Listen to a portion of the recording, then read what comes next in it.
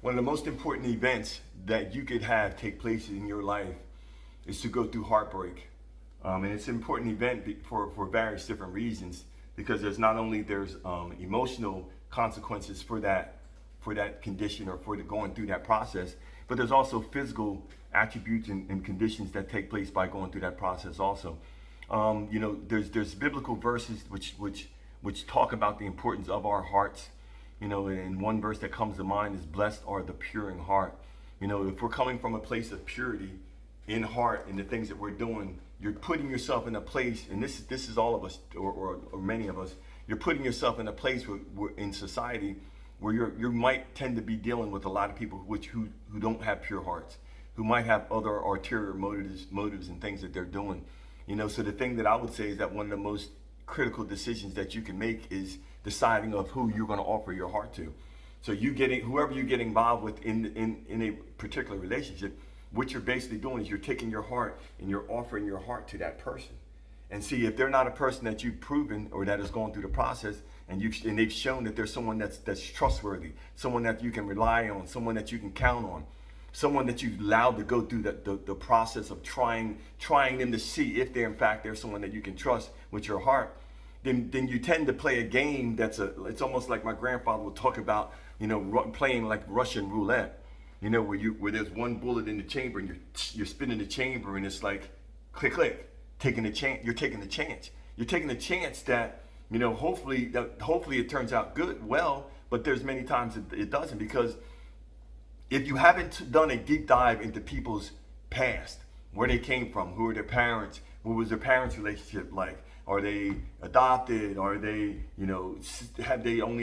was raised by a single mother, were they raised by a single father, or they, just any number of things. And on top of all those things of where they came from, and these aren't negative things, I'm just saying these are things as an example. What is the background? What is generally their background? What is dynamics in their family? Or is it an avoidant family where they don't address things, or is it a type of family that they address everything but they don't address it healthily? So what I'm saying is that these are all things to me that you have to look at and you have to consider and you have to think about, because if they're not the type of people that address things, then you can't come in there as a person that does address things, because it's just going to be a constant clash. So this is why I'm saying you have to make sure and know that this is the type of person that you can invest and give your heart to. There's a biblical verse that says, blessed are the pure in heart. Blessed are the pure in heart, for they shall see. It says they shall see God, but it's going to allow you to also just to be able to see more effectively, see more efficiently, see things clearer around you because of the purity of your heart, because you don't have anything that's hindering. I was watching a video with Dr. Joe Dispenza, and Dr. Greg Braden also talks about this. They talk about the power of our hearts, and that our hearts are 5,000 times, approximately 5,000 times more powerful than any thought that we could ever have. So what that represents, the electromagnetic field from our heart, if we're coming from a place of purity and we don't have a lot of brokenness from bad relationships and from meeting the wrong people and getting hurt in business deals and all these other things, because all those things, what they do is they're going to put blocks over your heart, and they're going to put blocks in that electromagnetic field in order for you to manifest the things that you want. You might want a healthy relationship, but if you're still in a place of brokenness of heart, you're going to keep attracting and connecting into the same person, the same style person. It might be in a different race. They might be taller. They might be shorter. They might live in another state. But it's because there hasn't been an energetic change or shift within you at this point, up until this point. Then what's going to happen is you're going to probably end up meeting the same person in another body, because the healing process has to take place. There's got to be a certain point that you decide that, no longer am I going to be driven by the pain of that said past relationship. But what I'm going to do is I'm going to use that pain as a catalyst to grow and to evolve and to become. To grow, to evolve, and to become. I started with blessed are the pure in heart, for they shall see God. There's another verse that says you should guard your heart, for out of it are all of the issues that we're going to have in life. When you look at a biblical example or illustration, whenever there were nations that end up getting destroyed, and I'm using this as an allegory, generally those nations that were destroyed in biblical examples, they were destroyed because of the heart of the people. the heart of the people had turned away from the Most High, from the Creator. This is why when you're going to try to do something, my suggestion to you is making sure that your heart is pure in what you're doing. That you don't have, an impurity of heart represents that you don't have any other agenda that you're trying to push besides that thing that is going to bring benefit and that's going to be beneficial to others, as well as beneficial to yourself. But it's got to be beneficial to others also. Many times when he would destroy a nation, it's because of the hardness of their heart, because of the stiffness of their heart, because of the rebellion within their hearts. And I'm using these examples to help you understand just how important it is that as you go through your healing process in your healing journey, that you don't allow your heart to get hardened, because you will not allow yourself to be in a place where you can actually ever move on from where you are, because you're still going to be stuck in that pain of what happened to you. You're still going to be stuck in that place of blaming someone else. And of course they did do something. Of course there was a cause and there was an effect. Of course.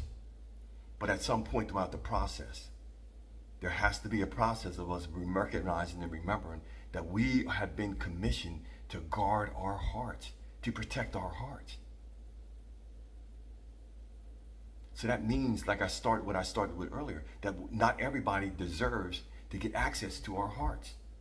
Your heart is one of your most valuable assets. Many people have thought for years that it was our minds, but the revelation is coming that it's no longer our minds. According to the Heart Institute, we have a brain in our hearts.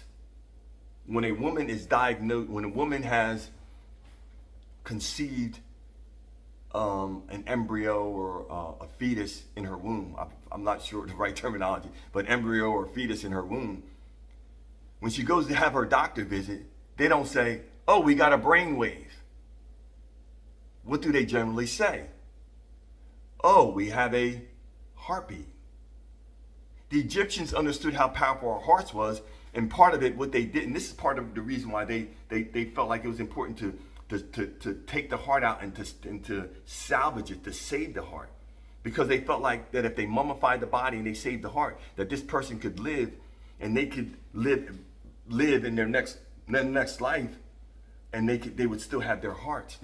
And so this is even where the concept of heaven and hell came from, because the Egyptians, they wrote a book thousands of years before we even had the Bible or biblical teachings.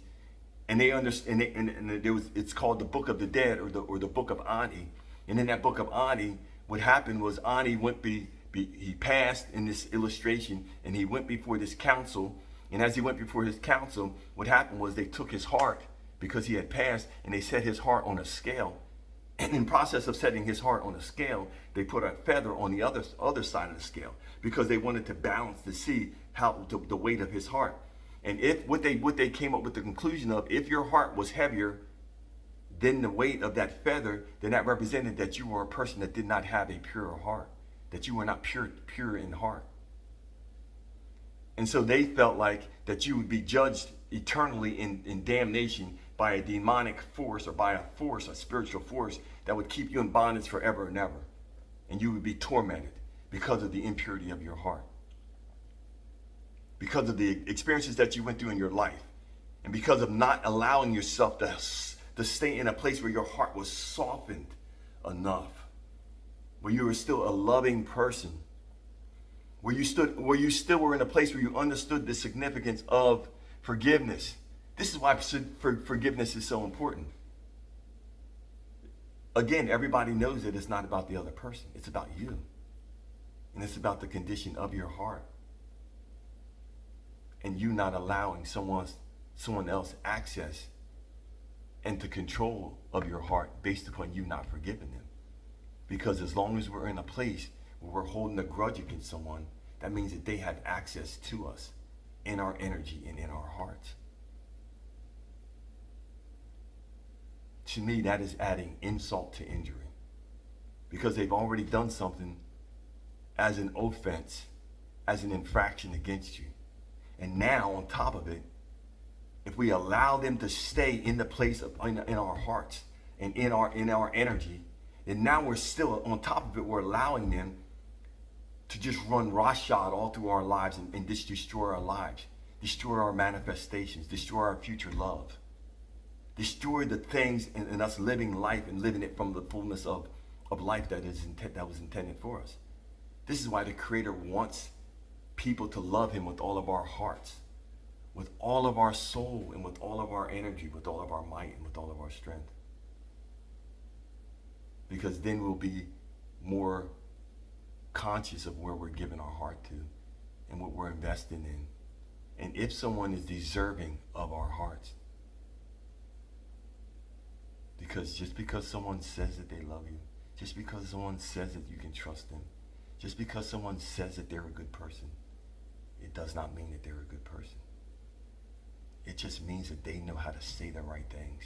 They have conditioned themselves to say the right things in the right moment to get the result that they want, because they may have an unpure heart. They may have another agenda and another reason behind what they're saying. And in closing, this is Arnold Austin.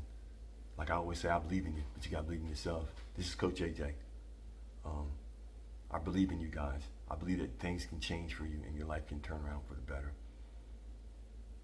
It all starts with you no longer surrendering your heart to anybody else, but you understanding the importance of your heart and understanding the importance of the manifestation and the things that you desire. Because when you can connect your emotion of your heart with the pure emotion of your heart with the consciousness of your thought, there's nothing that you can't manifest in your life. It is done, period. That's my encouraging word for you today. Like, subscribe, and share this video. Talk to you soon. Thank you.